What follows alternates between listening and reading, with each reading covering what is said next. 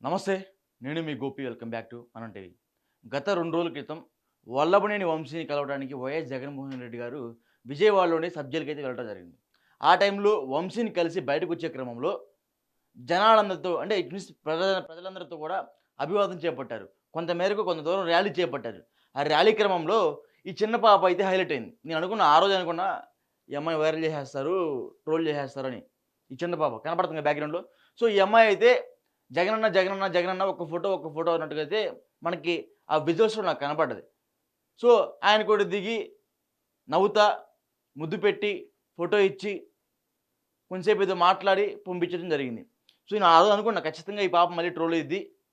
చిన్న చిన్న పాప ఖచ్చితంగా మళ్ళీ ట్రోల్ చేస్తారు ఈళ్ళు అని అనుకుంటూనే ఉన్నా. అదే జరిగింది. ఎందుకంటే గతంలో మనం చూసుకోవచ్చు.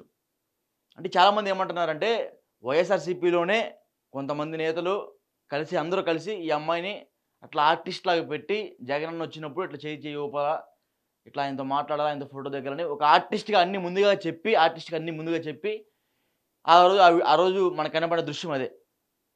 ఆ రోజు విజయవాడలో కనపడిన దృశ్యం అదే. ఈ అమ్మాయి ఒక ఆర్టిస్ట్ అని, ఈ అమ్మాయి జగనన్న సంబంధించిన ఎవరైతే సైనికులు ఉన్నారో వాళ్ళందరూ చెప్పిన మాట వినింది.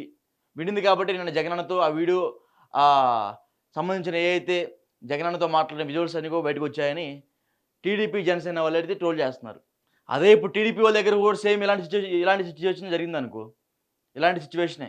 ఓ చిన్న పాపొచ్చి చంద్రబాబు గారిని చెయ్యి ఊపి ఆయనతో చిన్న ముద్దులాడడం జరిగింది అనుకో.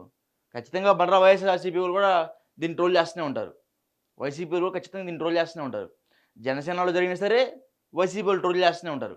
సో, ఇప్పుడు వాళ్ళ పార్టీలో జరిగింది కాబట్టి టీడీపీ వాళ్ళు ట్రోల్ చేస్తున్నారు. టీడీపీలో జరుగుంటే వైసీపీ వాళ్ళు ఖచ్చితంగా ట్రోల్ చేసేవాళ్ళు. సో, మనం ఇది ఇట్లా కంపేర్ చేసుకుంటే మెయిన్‌గా ఈ చైల్డ్ ఆర్టిస్టులు, ఈ ఆర్టిస్టులందరిని ఎక్కువగా తెచ్చేది ఈ 3 పార్టీలు కంపేర్ చేసుకుంటే వైఎస్ఆర్‌సీపీ. వైఎస్ఆర్‌సీపీయే ఈ చైల్డ్ ఆర్టిస్టులని చాలా ఎక్కువగా రోజు రోజుకి జనాల్లో వస్తా ఉంటారు. సో, గతంలో అంటే వైఎస్ఆర్‌సీపీ అధికారంలో ఉన్న టైంలో మనం చూసుకోవచ్చు. జీఐఎస్ సమ్మిట్ జరిగింది. గ్లోబల్ ఇన్వెస్ట్‌మెంట్ సమ్మిట్ అని ఒకటి జరిగింది. ఆ టైంలో గూడా ఐపాక్ టీమ్‌ని తీసుకొచ్చి వీళ్ళే ఇన్వెస్టర్లని వాళ్ళ కోట్లేసి, బ్లేజర్‌లేసి ఆ చైర్‌లో కూర్చోబెట్టారు. ఒక్కసారి కాదు 2, 3 సార్లు జరిగింది. ఆ ఇన్వెస్టర్‌లో ఎవరైతే పాల్గొన్నారో ఐపాక్ టీమ్‌లో ఒకడే మొన్న వీళ్ళ పాపతో గూడా ఒకతనున్నాడు. వీళ్ళ పాపతో గూడా. అదొకటి. మరలా ఈ మేఘన అప్పుడు ఆ అమ్మాయి కొంచెం బాగా చాలా ఇంగ్లీష్ మాట్లాడేది. ఇంగ్లీష్ చాలా బాగా మాట్లాడేది. ఆ మాట్లాడుతుంది కాబట్టి అదంతా అందరితో వదిలేయలా. వైసీపీ వాళ్ళేంది ఇక దాన్ని సచివాలయం పిలిపించుకొని పిల్లలతో ముచ్చటించారు కాసేపు. ఎందుకు పార్టీకి మంచి చేకూర్చాలని. అదొకటి. మరలా రీసెంట్ టైమ్స్‌లో అద్దంకిలో ఒక సభ జరిగింది. అద్దంకిలో ఒక సభ జరిగింది. అదే నాకు తెలిసి జగన్మోహన్ రెడ్డి గారి చివరి సభ అనుకుంటా. సో, ఆ సభ కార్యక్రమంలో చివరిది కాదు. లాస్ట్ 2 అనుకుంటా. చివరిది పిఠాపురంలో ఎండ్ అయిపోయింది. సో, లాస్ట్ 2లో ఒక ప్రచారం జరిగింది. అక్కడంతా గ్రీన్ మ్యాట్ ఏసి దొంగగా రాని జనాలను కూడా సృష్టించారు. గ్రీన్ మ్యాట్ ఏసి రాని జనాలను కూడా అక్కడ సృష్టించారు. ఎడిటింగ్‌లో జనాల్ని యాడ్ చేశారని వైసీపీ వాళ్ళ మీద గతంలో కూడా పెద్ద ఎత్తున ఒక వార్త నడిచింది. వైసీపీ వాళ్ళ మీద పెద్ద ఎత్తున అప్పట్లో ఒక వార్త నడిచింది. సో, అప్పుడు కూడా ఫోటోల్ని యాడ్ చేశారు.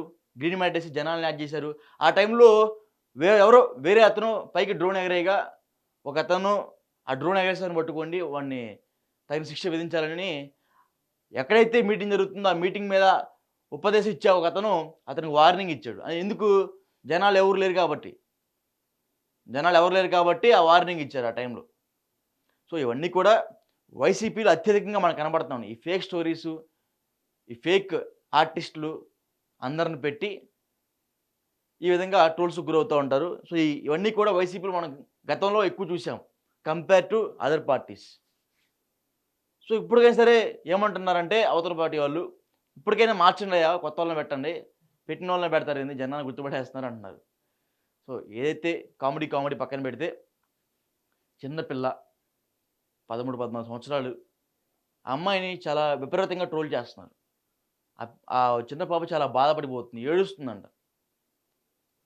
ఇయాల గాదు రేపటి రోజున ఆ అమ్మాయి స్కూలుకెళ్ళి లేకపోతే కాలేజీకెళ్తే ఆ అమ్మాయిని ఇంకా ట్రోల్ చేస్తారు. ఇంకా ఏడిపిస్తారు పక్కన కూర్చుంటే.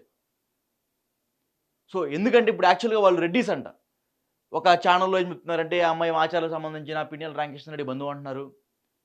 మరొక ఛానెల్ ఏందంటే, పల్నాడు గురజాల ప్రాంతానికి సంబంధించిన ఒక అమ్మాయి వాళ్ళ కుటుంబానికి సంబంధించిన అమ్మాయి అని చెప్తున్నారు. సో ఏదైనా సరే వాళ్ళు రెడ్డీసు జగన్ ఫేవరిజం అది మాత్రం కన్ఫర్మ్.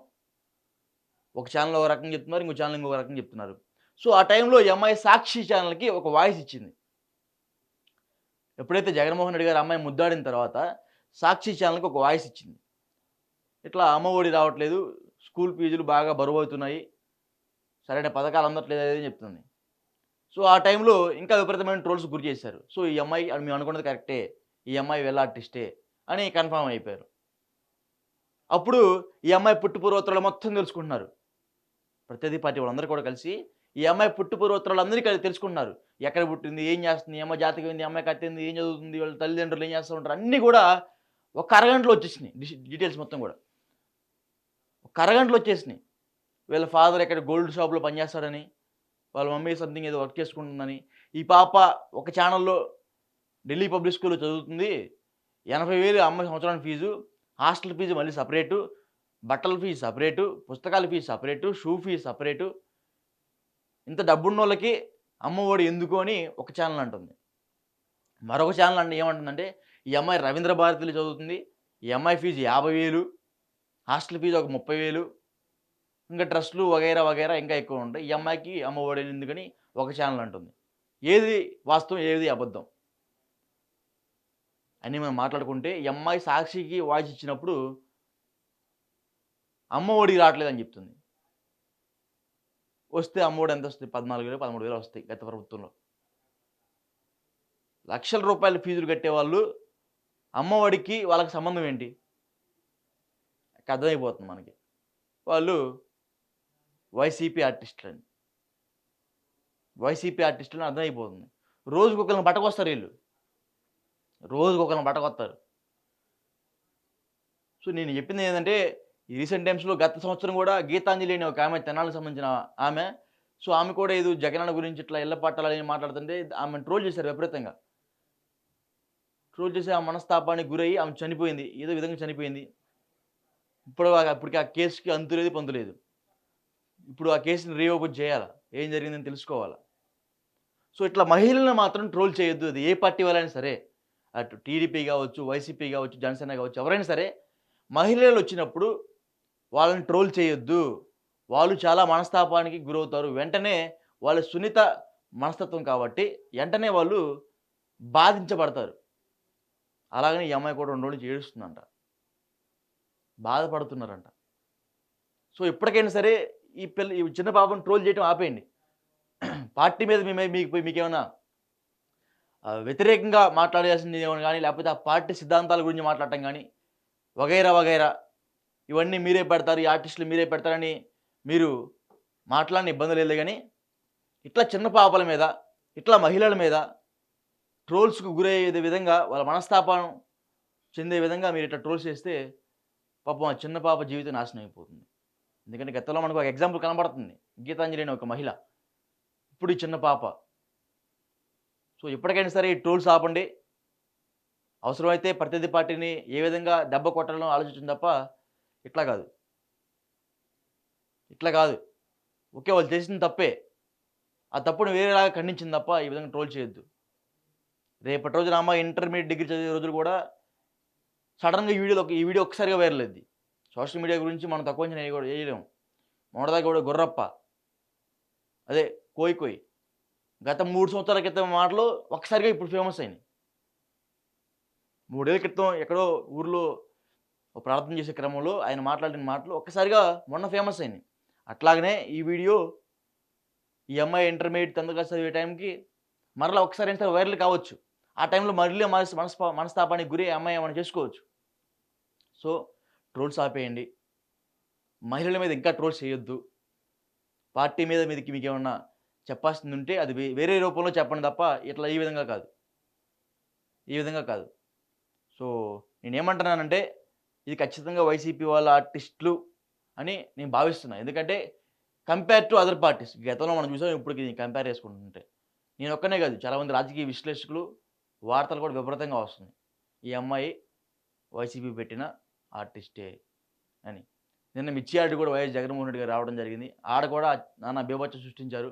వీళ్ళు కొట్లాడుకుంటుంటే అక్కడ ప్రముఖ నేతకు సంబంధించిన ఒక అనుచరుడు 14 టిక్కీలు మిర్చి బత్తాలు ఎతకపోయాడంట. కొట్లాడుకోనంటే మిర్చి బత్తాలు ఎతకపోయేవాడు. సందూరు సడేమియా.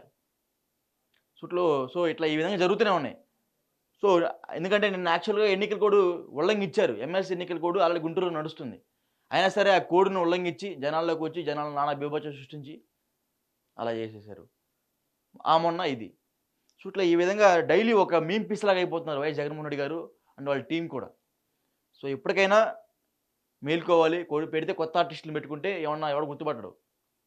ఇలా పెట్టినోళ్ళు పెట్టారనుకోండి, వెంటనే గుర్తుపట్టేస్తారు అని వేరే పార్టీ వాళ్ళు అంటున్నారు. సో, ఖచ్చితంగా దీని మీద మీ అభిప్రాయం కింద కామెంట్ రూపంలో తెలియజేయండి.